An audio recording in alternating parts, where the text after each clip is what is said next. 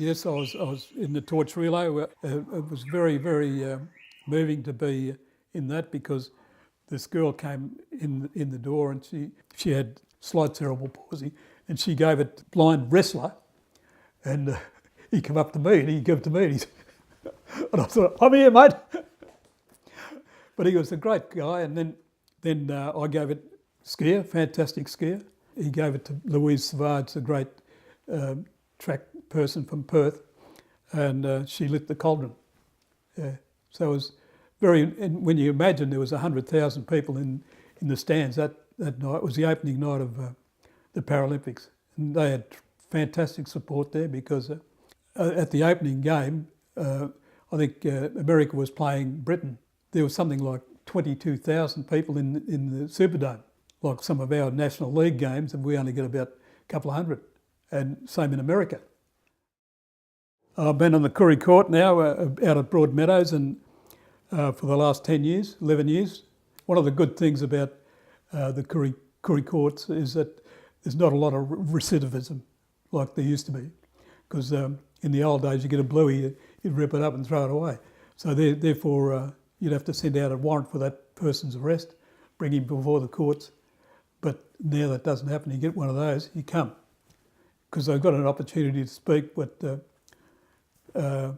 where in ordinary magistrates' court, they stand behind their lawyer, and the lawyer does all the talking for them.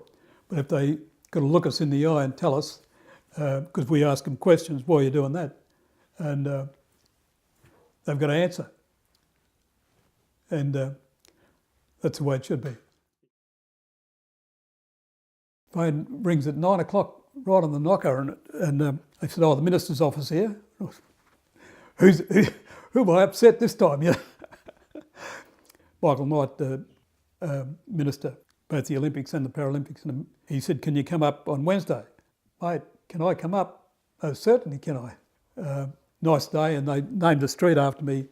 It runs from the street they call Australia. It'll run into Kevin Coombs Avenue, right next to the Superdome where they had all the basketball, and just between the Superdome and ANZ Stadium now, what they call it. Yeah. So I was very honoured that time, mate. I can see as a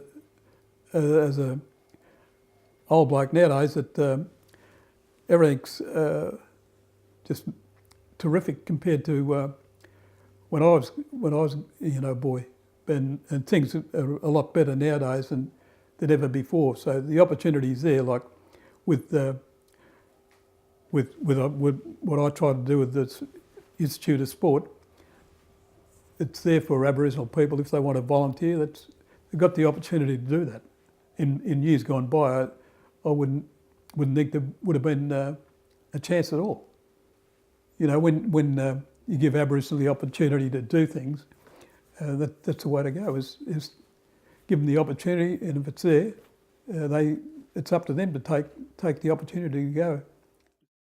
Order of Australia medal, yeah, I got it back in '82. Would you believe? That's a long time ago, for contribution to disabled sport and to the Aboriginal community. I was just starting off in my role as the manager of the Koori Health. I'd done a few things before that, like International Year for the Disabled, and it really shocked me at the time.